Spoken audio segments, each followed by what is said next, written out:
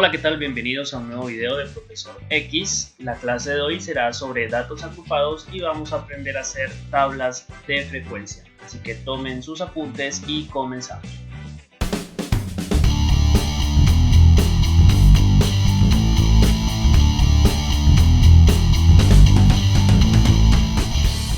Bien, los datos agrupados.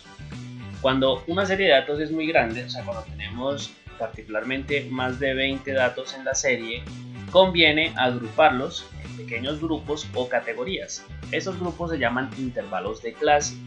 Esto nos va a permitir organizar la información de una mejor manera para facilitar el análisis. Así como vemos en este ejemplo de acá, que tenemos unos grupos de edades. El primer grupo va de 0 a 14 años y en este grupo hay 665 habitantes. Eso quiere decir que todas estas personas van a tener una edad que está en este rango de 0 a 14 años. Lo mismo para cada uno de los intervalos y el último sería 80 años o más. Esto es una tabla de datos agrupados. Dos valores que tenemos que tener muy en cuenta cuando trabajamos con datos agrupados son el dato máximo y el dato mínimo de la serie de datos. Estos son lógicamente el valor más grande y el valor más pequeño que componen la serie de datos. Por ejemplo, aquí tenemos estos 20 datos. Entonces el valor máximo será el mayor de estos valores, que sería este 40, y el valor mínimo sería el menor de todos ellos, que sería este 12. El rango corresponde entonces al recorrido que hay entre el dato mínimo y el dato máximo de una serie. Se puede hallar mediante la diferencia o la resta entre los datos máximo y mínimo que componen la serie. Por ejemplo, en este caso, donde el dato mínimo es 12 y el dato máximo es 40, el rango sería 40 menos 12, es decir, 28.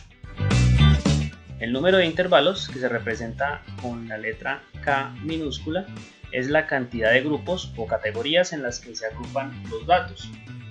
Siguiendo con nuestro ejemplo de 20 datos que teníamos acá desde el principio, entonces vamos a ver en cuántos grupos o intervalos de clase debemos ordenarlos.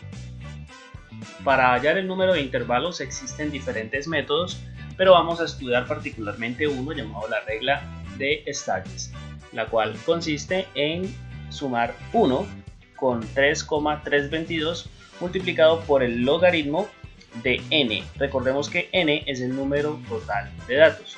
Esto lo podemos hacer por medio de una calculadora. Digitamos esta información, por ejemplo, para esta tabla que tenemos aquí, donde el número total de datos es 20, colocamos 1 más 3,322 por el logaritmo de 20. Eso nos da 5,32 y este valor lo aproximamos al entero más cercano, que sería 5. Recordemos que para aproximar tenemos que mirar este primer número después de la coma, es decir, las décimas. Si este número es 6 o mayor a 6, entonces el número lo vamos a aproximar al entero siguiente. Y si este número es 5 o menor que 5, entonces lo vamos a aproximar al entero anterior.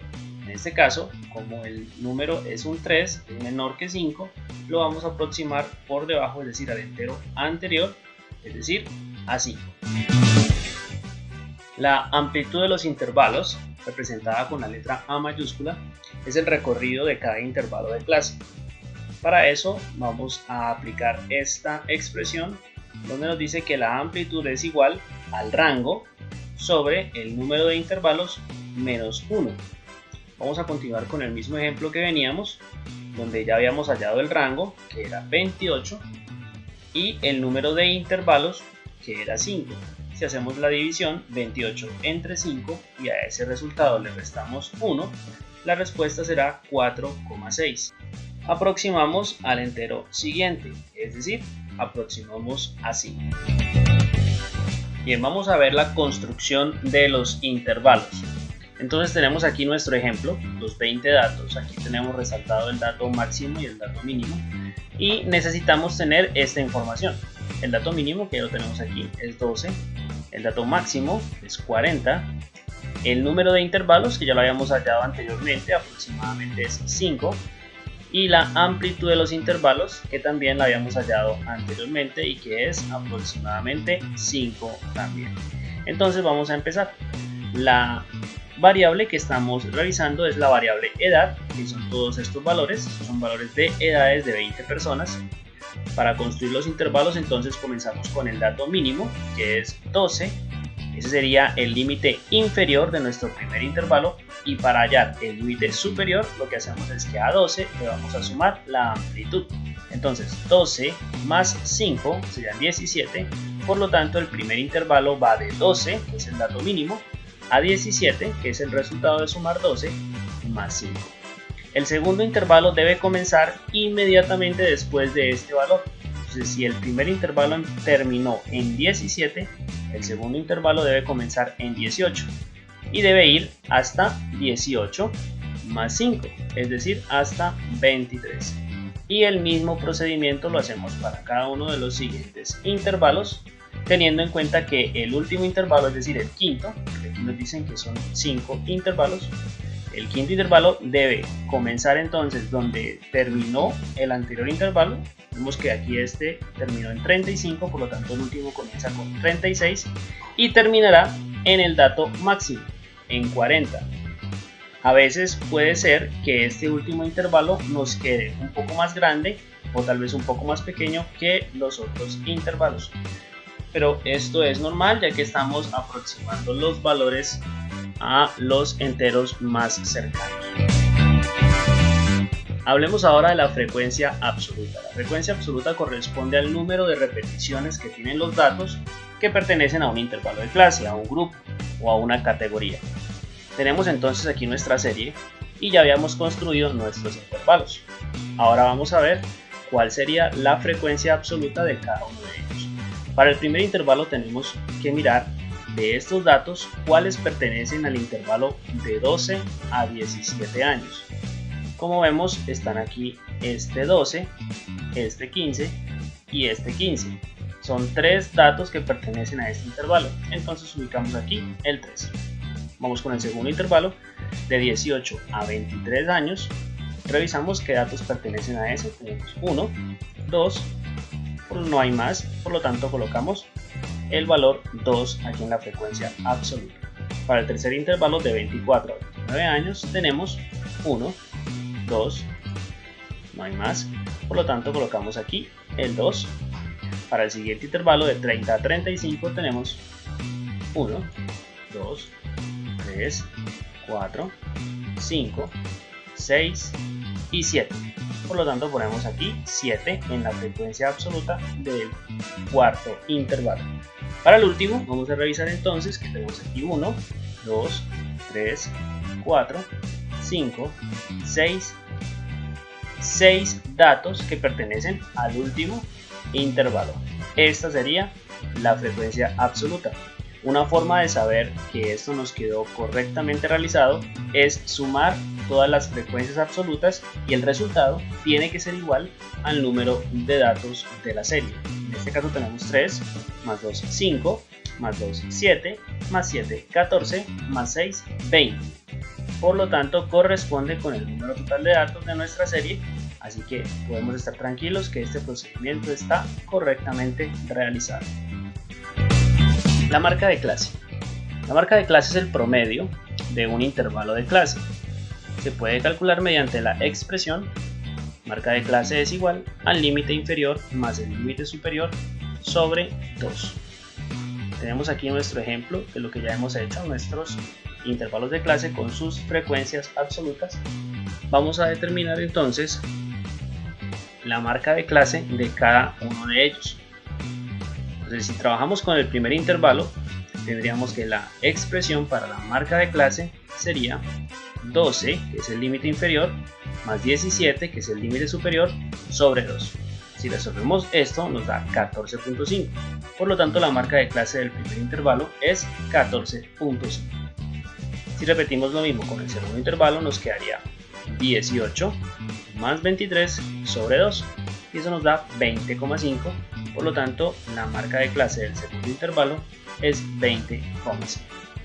Si repetimos el mismo procedimiento con los otros intervalos, obtendremos entonces los valores de la marca de clase de cada uno de ellos: 26,5, 32,5 y 38.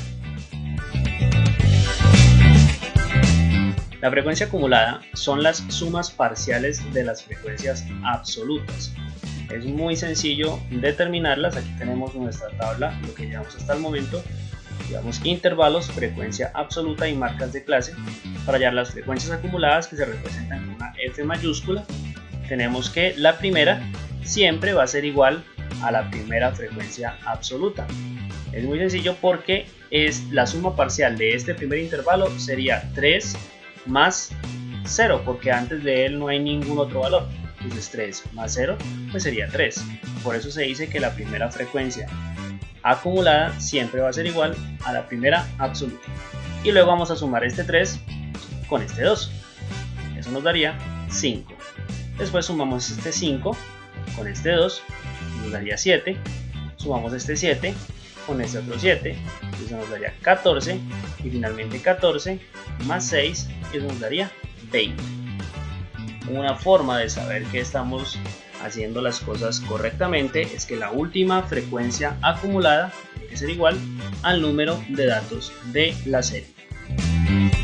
La frecuencia relativa es la razón entre la frecuencia absoluta y el número total de datos, es decir, es el cociente entre la frecuencia absoluta y el número total de datos.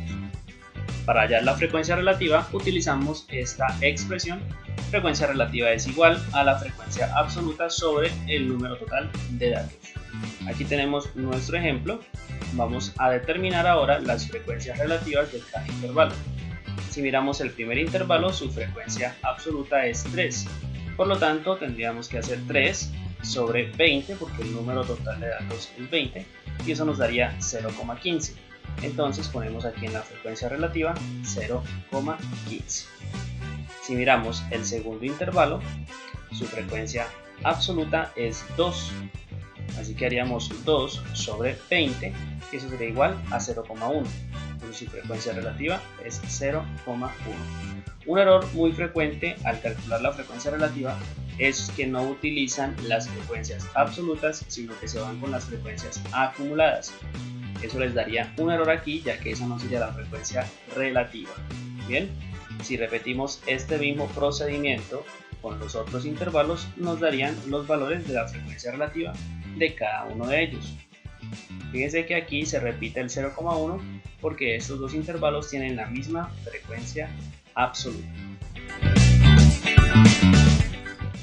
La frecuencia relativa también se puede dar en forma de porcentaje.